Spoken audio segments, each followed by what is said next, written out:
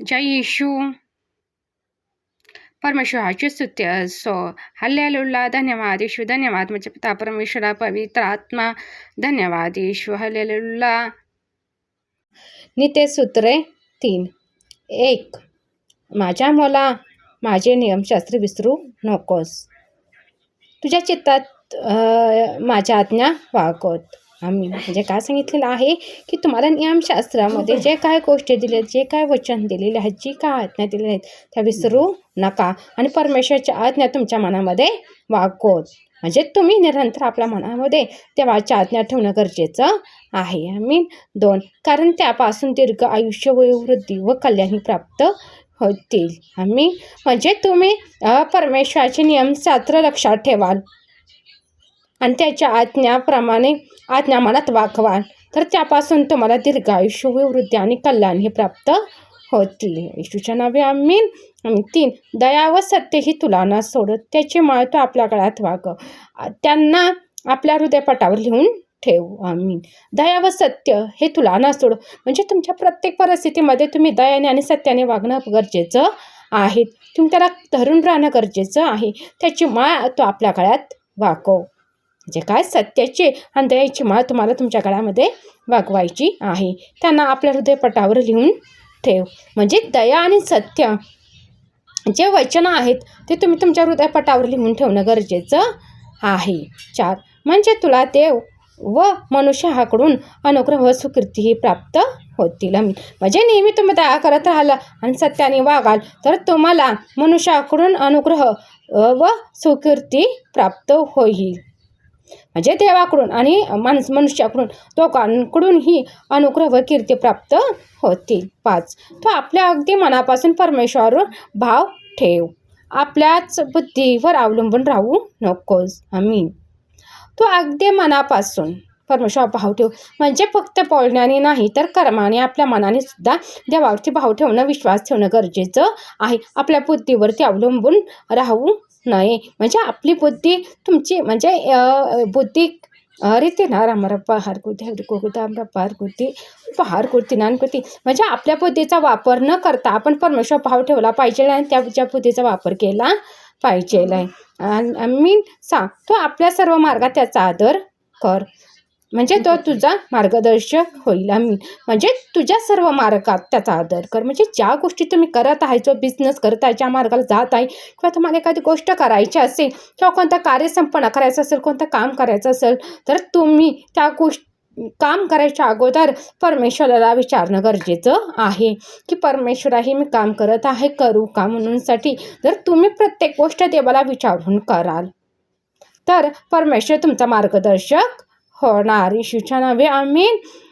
म्हणजे कोणत्या वाटेने गेलं पाहिजे, कोणत्या वाटेने नाही हे तुम्हाला सांगणार किंवा काम ते कसं केलं पाहिजे, बिझनेस कसा चालवला पाहिजे. तुम्ही कोणतंही हाती काम घेतलेलं असू दे पण तुम्ही पहिले परमेश्वराशी त्या गोष्टीविषयी बोलणं करणं गरजेचं आहे. म्हणजे परमेश्वर तुमचा मार्गदर्शक होईल. म्हणजे तुम्हाला जे काय गोष्टी आहेत ते तुम्हाला सांगेल. 7.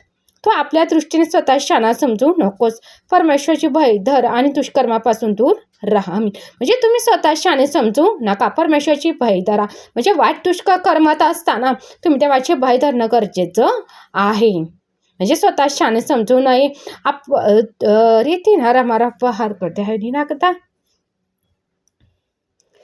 प्रत्येक कार्यामध्ये देवाचे भय धरणं गरजेचं आहे आणि दुष्कर्म लोकांपासून किंवा दुष्कर्म कार्यापासून लांब राहणं गरजेचं आहे. आमीन. हालेलुया. 8. हे तुझ्या देहाला आरोग्य व हाडांना सत्वसे होईल. आमीन. म्हणजे काय आहे, तुम्ही देवाचे भय धराल, दुष्कर्मापासून दूर राहाल तर तुम्हाला तुमच्या देहाला आरोग्य मिळणार आणि हाडांना सत्व पण मिळणार. आमीन. 9. तो आपल्या देवाने तो आपल्या द्रव्याने व आपल्या सर्व उत्पन्नाच्या फळाने परमेश्वराचा सन्मान कर. आम्ही तुमच्या सर्व तो आपल्या द्रव्याने व आपल्या सर्व उत्पन्नाच्या प्रथम फळाने म्हणजे तुम्ही जे द्रव्य, तुमच्याजवळ जे द्रव्य आहे आणि तुम्ही जे काय पिकवता त्यातल्या प्रथम फळाने देवाचा सन्मान करणं म्हणजे तुम्ही ते देवाला देणं गरजेचं आहे. आज तुमच्याजवळ जे काय द्रव्य आहे त्यातला भाग देवाला देणं गरजेचं आहे. तुमच्या शेतीमध्ये किंवा तुमच्या बिझनेसमध्ये जे काय पिकवता किंवा जे काय धान्य असेल किंवा तुमची जी काही बरकत असेल, कमाई असेल, तर तुम्ही त्यातला एक भाग देवाला देऊन त्याचा सन्मान करणं गरजेचं आहे. आमीन. 10 म्हणजे हालेलुया म्हणजे तुझी कोठारे समृद्धीने भरतील, तुझी कुंडे नव्या द्राक्षरसाने भरून वाहतील. आमीन. म्हणजे काय आहे, तुम्ही द्रव्याने आणि प्रथम फळाने परमेश्वराचा सन्मान कराल तर तुझी कोठारे समृद्धीने भरतील, म्हणजे तुमचे कोठारे समृद्धीने भरतील आणि तुझी कुंडे नव्या द्राक्षरसाने भरून वाहतील. म्हणजे तुमच्या घरामध्ये कोणत्याही गोष्टीची वाण पडणार नाही. तुम्हाला पैशाची, धनदौलतीची, माणुसकी, मानसामानाची किंवा आरोग्याची किंवा सुखशांतीची सुद्धा वाण पडणार नाही. नेहमी तुमचे कोठारे पैशाने, धनदौलतीने, समृद्धीने भरलेले होतील आणि शिवाय नव्या द्राक्षरसानेही भरून वाहतील. आमीन. आमीन. हालेलुया. म्हणजे ह्या वचनामधून काय सांगितलेलं आहे परमेश्वराने, की परमेश्वराची नियमशास्त्र प्रमाणे वागणं, त्याच्या आज्ञा मनामध्ये जपून ठेवणं गरजेचं आहे. आपल्या कमाईचा एक भाग देवाला देणं गरजेचं आहे. मग तो द्रव्य असो किंवा प्रथम फळ असो, ते तुम्ही देवाला देऊन देवाचा सन्मान करणं गरजेचं आहे. जर तुम्ही ह्या गोष्टी स्वीकार करशील, ह्या वचनाप्रमाणे जर राशीला, दुष्कर्मापासून दूर राशीला, देवाच्या सत्य आणि दया ह्या गोष्टी तुम्ही तुमच्या मनामध्ये गळ्यामध्ये म्हणजे असं रपो हार कधी ना कधी माळ, आपल्या गळ्यामध्ये माळ कशी असती तसं तुम्ही सतत त्या सत्याला, दयेला ही धरून राहिला पाहिजे. जर तुम्ही धरून राहाल तर परमेश्वर तुमच्या जीवनामध्ये कार्य करणार. जर तुम्ही रीतीनं देवाच्या आज्ञा पाळ, तुम्ही त्याला प्रथम फळाने, आपल्या द्रव्याने त्याचा सन्मान कराल आणि चांगल्या गोष्टी आहेत त्या धरून राहाल तर परमेश्वर तुम्हाला दीर्घायुष्य, वयोवृद्धी आणि शिवाय कल्याण हे प्राप्त करून देणार. आमीन.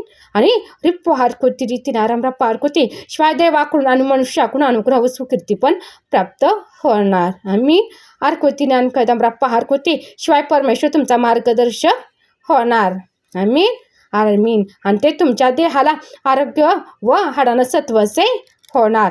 आणि शिवाय तुम्ही जे काही द्रव्य देता, जे काही प्रथम फळ देता, त्याच्यामुळे परमेश्वराचा अनुग्रह तुमच्यावरती येणार आणि परमेश्वर तुमचे कोठारे समृद्धीने भरणार आणि नव्या द्राक्षरसाने सुद्धा भरणार. म्हणजे तुम्हाला कोणत्याही गोष्टीची वाण पडणार नाही. म्हणून आपल्या उत्पन्नाच्या प्रथम फळाने देवाचा सन्मान करणं गरजेचं आहे. शिवाय त्यांच्या आज्ञा पाळणं गरजेचं आहे. दुष्टापासून दूर राहणं गरजेचं आहे आणि दया आणि सत्याने पण वागणं गरजेचं आहे. जर तुम्ही ह्या वचनाप्रमाणे मागाल तर परमेश्वर तुमच्या जीवनामध्ये हमखास कार्य करणार आणि तुमचे कोठारे समृद्धीने भरणार आणि शिवाय नव्या द्राक्षाने भरून जाणार. येशूच्या नावे आमीन. हालेलुया. रिपो हारकोती नानकोय तांबरा पारकोती निनकोय तांबरा पारकोती नानकोती ती मारा प्रामकोती नानकोय क्रमांकोती रप्पा हारकोती. माझ्या पिता परमेश्वरा, जो कोणी हे वचनाप्रमाणे हे वचन ग्रहण करून त्याप्रमाणे वागेल त्यांच्या जीवनामध्ये कार्य कर आणि त्यांची जो कोणी आपल्या द्रव्याने आणि प्रथम फळाने तुझा सन्मान करील, हालेलुया, तू त्यांच्यावरती अनुग्रह कर, त्यांच्यावरती दया कर आणि त्यांच्या कोठारे लगेचच भर आणि त्यांचे कुंडे नव्या द्राक्षाने भरून ठेव. त्यांच्या घरामध्ये कोणत्याही गोष्टीची कमतरता भासू देऊ नकोस. त्यांचं कल्याण कर, त्यांना दीर्घायुष्य, वयोवृद्धी आणि शिवाय त्यांचं कल्याणही कर आणि शिवाय त्यांना दीर्घायुष्य दे, वयोवृद्धी त्यांची कर आणि शिवाय त्यांना मनुष्याकडून सुद्धा अनुग्रह सुकीर्ती प्राप्त करून दे. शिवाय तू त्यांच्याबरोबर तू त्यांचा मार्गदर्शक हो. तू त्यांच्या देहाला आरोग्य दे आणि त्यांच्या हाडांना सत्व दे. हे माझ्या पिता परमेश्वर, जो कोणी तुझ्या वचनाप्रमाणे चालेल त्यांचं कल्याण कर, त्यांना शांती दे, आशीर्वाद दे, त्यांना प्लेस कर, तुझ्या वचनाचा प्रकाश त्यांच्यावरती पडू दे आणि तुरंत त्यांचं जीवन येशूच्या नावाने उपदार दे. येशूच्या नावे आमीन. रिप हारकोती नित्यसूत्रे 3:1 10 पर्यंत जे वचन दिलेलं आहे त्याप्रमाणे येशूच्या नावाने त्यांच्या जीवनामध्ये घडवून येऊ. आमीन. हालेलुया. जय येशू.